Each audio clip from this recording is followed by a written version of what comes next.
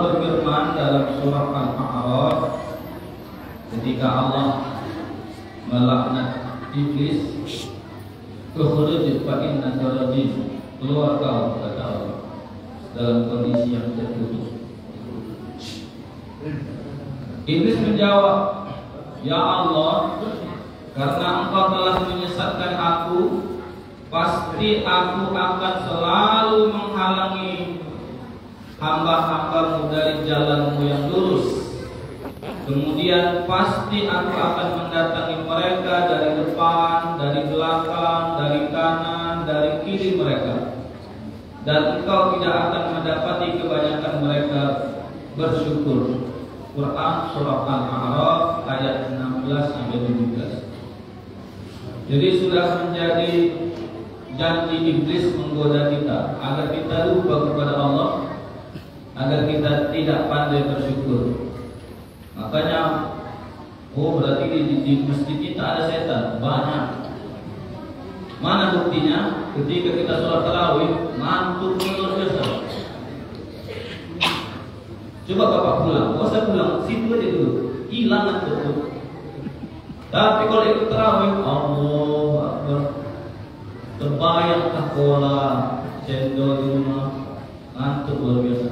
Karena sudah jadi iblis dan keturunannya. Kita digoda dari depan, dari belakang, dari kanan, dari kiri, luar biasa. Jadi bapak-bapak kalau sok di belakang, kalau masih rasa-rasa ngantuk, dulu boleh. Tak dapat 20 tak apa-apa, dapat 18 gitu. Atau tambah 2 lagi. Atau kalau masih ngantuk, ketika imam berdiri jangan berdiri dulu, duduk dulu. Ketika kira-kira mau rukuk baru berdiri, boleh juga. Makanya salah satu ngilangin ngantuk itu ketika Bilal Subhanallah itu bilang, Allahumma sholli ala sayyidina Muhammad, baca Quran, Allahumma sholli alaihi, bilangin ngantuk itu. Sama kalau Rabbul amin itu bilangin ngantuk. Karena tak mungkin yang baris-baris depan ini mau mondar-mandir wudu. Jadi cara bilangin ngantuknya kuat-kuat tuh. Jadi kalau ada anak-anak di belakang itu salah satunya bilangin ngantuk. Biar tidak bilangin ngantuk. Tapi kalau begitu bapak pulang ke rumah, ini dalam hati ini kalau pulang langsung tidur enakan ini. Sampai rumah tak ada juga tidur. Yang cepat-cepat pulang tuh tak tidur juga. Kali jam 11 tidur. Sampai sana pegang HP, hilang ngantuk tuh. Pas sholat di masjid nilai ngantuk luar biasa. Jadi kalau kita katakan di masjid tak ada setan yang membuat kita banyak. Mungkin salah satunya kita ngantuk ketika sholat, baca kuat-kuat, amin. Terus, sallu sunnatan tarawih raka'atain jami'ah rahimakumullah, as-shalatu la ilaha illallah. Itu pas semangat tuh bilang ngantuk sebenarnya. Biar tidak ngantuk tadi. Jadi sudah jelas manusia ini tak bisa lepas dari godaan setan. Maka kita berikan kepada Allah. Kita buat baik aja salah. Manusia itu kata ulama buat baik aja bisa salah. Ramah itu baik, tapi kok ibu-ibu terlalu ramah tak baik. Karena kata Quran itu bahaya kalau ada laki-laki fi qulubihim marad, dalam hatinya itu ada penyakit. Dikira orang ramah itu ada maunya. Jadi ramah itu baik. Jadi ada ilmunya biar yang baik itu tetap baik. Sebagaimana yang diriwayatkan oleh Imam Ahmad telah menceritakan kepada kami Hashim bin Al-Qasim. Ia berkata telah menceritakan kepada kami Abu Uqail, yaitu Abdullah bin Uqail Al-Thaqafi, telah menceritakan kepada kami Musa bin Al-Musayyab, telah mengabarkan kepadaku Salim bin Abu Al-Jad dari Sabrah bin Abu Faqih. Ia berkata, saya mendengar Rasulullah sallallahu alaihi wasallam setan menghalangi anak Adam dari banyak jalan.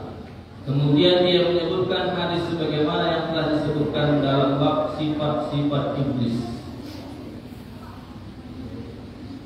Jadi kalau zaman dulu orang langsung bilang qala Rasulullah sallallahu alaihi wasallam man shoma ramadhana imanan wa ihtisaban ghufira lahu ma taqaddama min dhanbi. Tak laku hadis kayak gitu.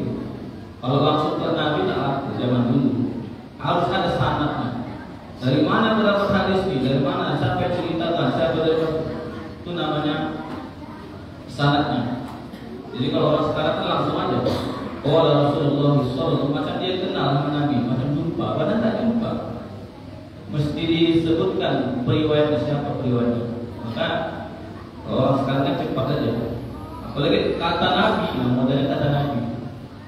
Kata Nabi, tidurnya orang yang berpuasa adalah ibadah. Itu hadis palsu itu. Jadi kalau bapak-bapak mau tidur jangan bersandarkan hadis itu, karena itu hadis palsu. Jadi kalau mau tidur alasannya, ya Allah aku tidur biar buat sholat tarawih nanti malam. Nah itu udah berpahala itu. Ya Allah aku tidur siang ini biar bisa bangun malam. Nah itu udah berpahala. Tapi kalau kata Nabi, sholatnya, tidurnya orang yang berpuasa adalah ibadah, itu harus palsu. Bukan doa, palsu. Itulah pentingnya sanad. Kalau ulama hadis itu matanya, sanadnya dibahas, barulah bisa dijadikan dalil. Bahasa orang sekarang itu mana dalilnya? Kamu melakukan ini, mana dalilnya? Mana hujahnya? Bahasa itu mana hujahnya? Tapi tetap saja itu semua sunnah. Maksud saya itu perkara-perkara yang sunnah jangan berkelahi. Yang mau sholat tarawih 20 punya dalil sendiri, berpegang dengan dalilnya. Jangan ngejek yang 8, karena yang 8 juga berpegang dengan dalilnya.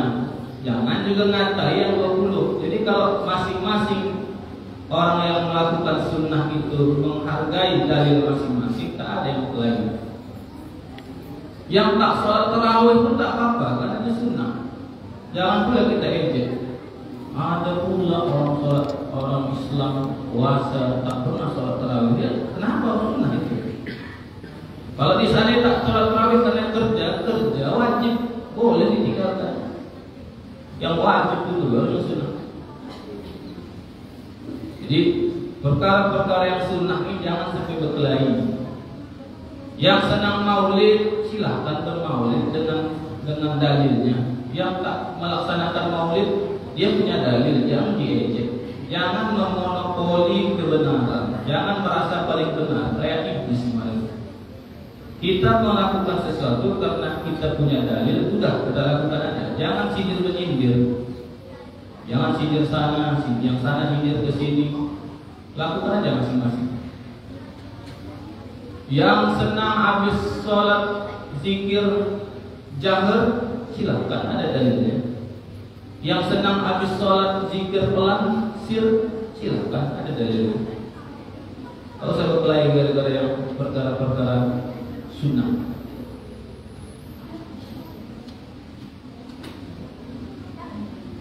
Di yang sunnah itu tak boleh kita memonopoli kebenaran. Seolah-olah yang paling benar dari kita, tak boleh. Karena hadis Nabi itu banyak.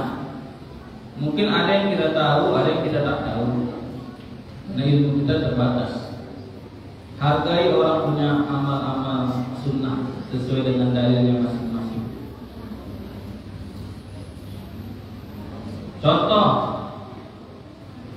salah satu sunnah yang diajarkan Nabi ketika bulan Ramadan selain sholat tarawih itu berinteraksi dengan Al-Quran. Karena bulan Ramadan itu bulan diturunkannya Al-Quran. Syahrul Ramadan alladzi unzila fihi al-Quran hudan lin-nasi wa bayyinatin minal huda Huda wal Furqan. Bulan Ramadan itu bulan diturunkannya Al-Quran. Nabi itu mencontohkan biasanya di bulan Ramadan Nabi khatam Quran 1 kali. Sebelum meninggal Nabi mengkhatamkan Quran 2 kali. Sebetulnya Nabi bisa aja mengkhatamkan Quran sampai 10, 20, 100 Nabi. Tapi untuk menjadi contoh bagi kita umatnya, 1 kali itu jadilah, karena Nabi 1 kali khatam. Tapi ibadah itu sesuai kemampuan, jangan memaksakan diri. Ibadah itu sesuai kemampuan. Innallaha, Allah itu yuridullahu bikumul yusra wa la yuridu bikumul usra. Allah ingin kemudahan kepada kita. Allah tak mau menyusahkan kita. Kadang yang menyusahkan diri itu kita sendiri. Ibadah itu sesuai kemampuan. Quran itu berinteraksi dengan Quran itu banyak macamnya. Yang bisa baca Quran, baca. Yang tak bisa, jangan. Soalnya gimana ya? Kalau kita merasa saya bisa baca Quran, maka cara saya berinteraksi dengan Quran, dapat pahala dari Quran, baca. Karena saya bisa baca. Yang tak bisa, jangan. Saya belum bisa baca Quran. Tak usah baca Quran. Dengar aja. Dengar baca Quran pun dapat pahala. Wa idza quri'al Qur'an fastami'u lahu wa ansitu la'allakum turhamun. Kalau ada orang baca Quran, diam, dengar, dapat pahala. Jadi tak mesti semuanya baca Quran. Yang bisa baca, yang tak bisa dengar. Jadi kalau seandainya disuruh baca, baca Pak. Lagi baca, lanjut Pak. Padahal memang tak sudah bisa baca, tak apa-apa itu. Dengar aja pahala. Tak mesti baca. Karena takutnya kesalahan. Orang kita ini kalau diingatkan sekali, makasih Pak sudah diingatkan. Diingatkan 2 kali, makasih Pak ya. Diingatkan 3 kali, langsung shadaqallahul azim, banyak kali cerita. Orang kita ini tak mau diingatkan sering-sering. Yang kalau memang salah diingatkan ya ulang. Tapi kan orang kita tak mau kayak gitu. Jadi dapat pahala itu tak mesti baca. Dengar aja pun dapat pahala. Apalagi belajar Quran dan mengajarkan Quran juga dapat pahala. Khairukum man ta'allama al-Quran wa 'allama.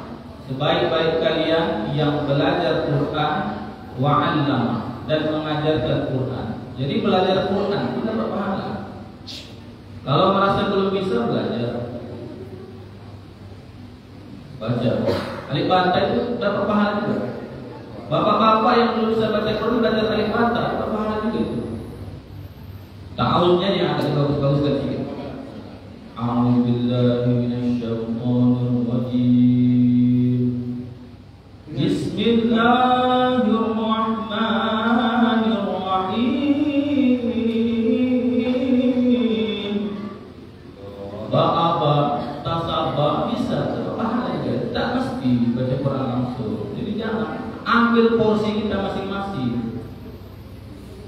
Yang bisa baca, yang tak bisa dengar. Kalau tak bisa belajar. Kalau ada ilmunya ngajar. Jadi ada porsinya masing-masing. Jadi dapat pahala dari Quran itu banyak caranya.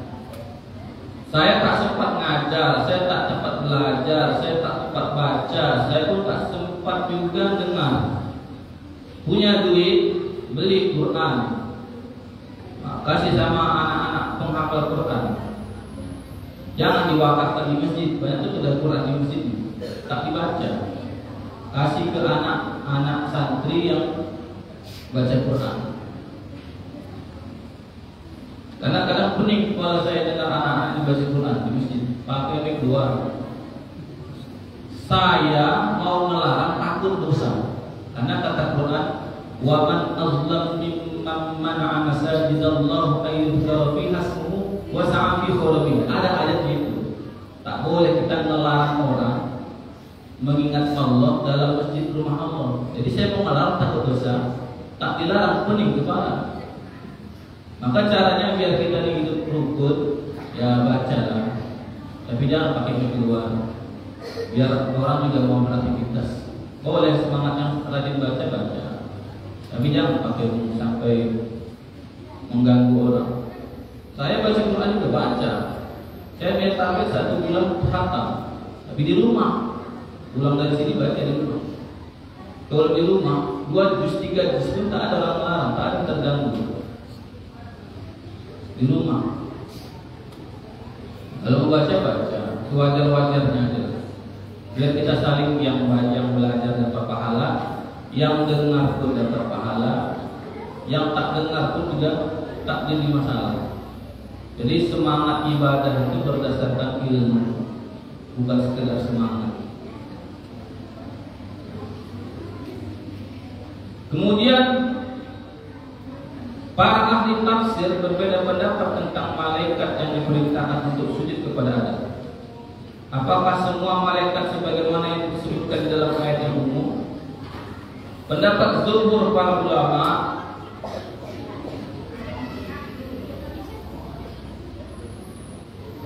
dan Allah perintahkan seluruh malaikatnya untuk sujud kepada Adam. Hal ini bersifat umum.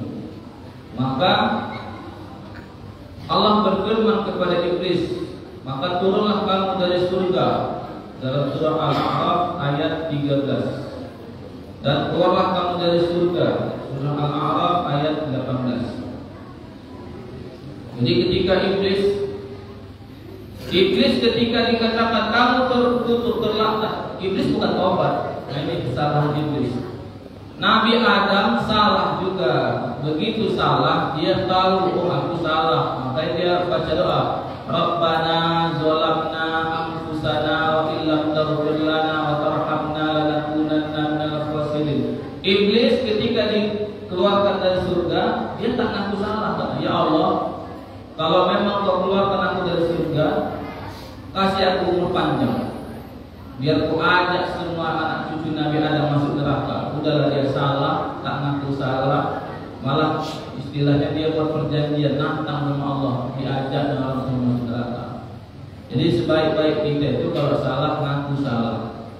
Makanya kalau tak doa Rabbana zolamna, doa Rabbana la tu'akhidna in nasina aw akhtana, Rabbana wa la tahmil alaina isran kama hamaltahu 'alal ladzina min qablina, Rabbana wa la tuhammilna ma la taqata lana bih wa'fu 'anna waghfir lana warhamna anta maulana fansurna 'alal qawmil kafirin. Jadi mudah-mudahan cerita Iblis dengan Nabi Adam ini membuat pembelajaran kepada kita. Ada yang salah ngaku salah, Allah maafkan. Ada yang salah tak ngaku salah, mencari pembenaran. Nah, Iblis itu kerjaannya mencari pembenaran, tak mau dia ngaku salah. Mudah-mudahan bermanfaat. Subhanallah wa bihamdika asyhadu an la ilaha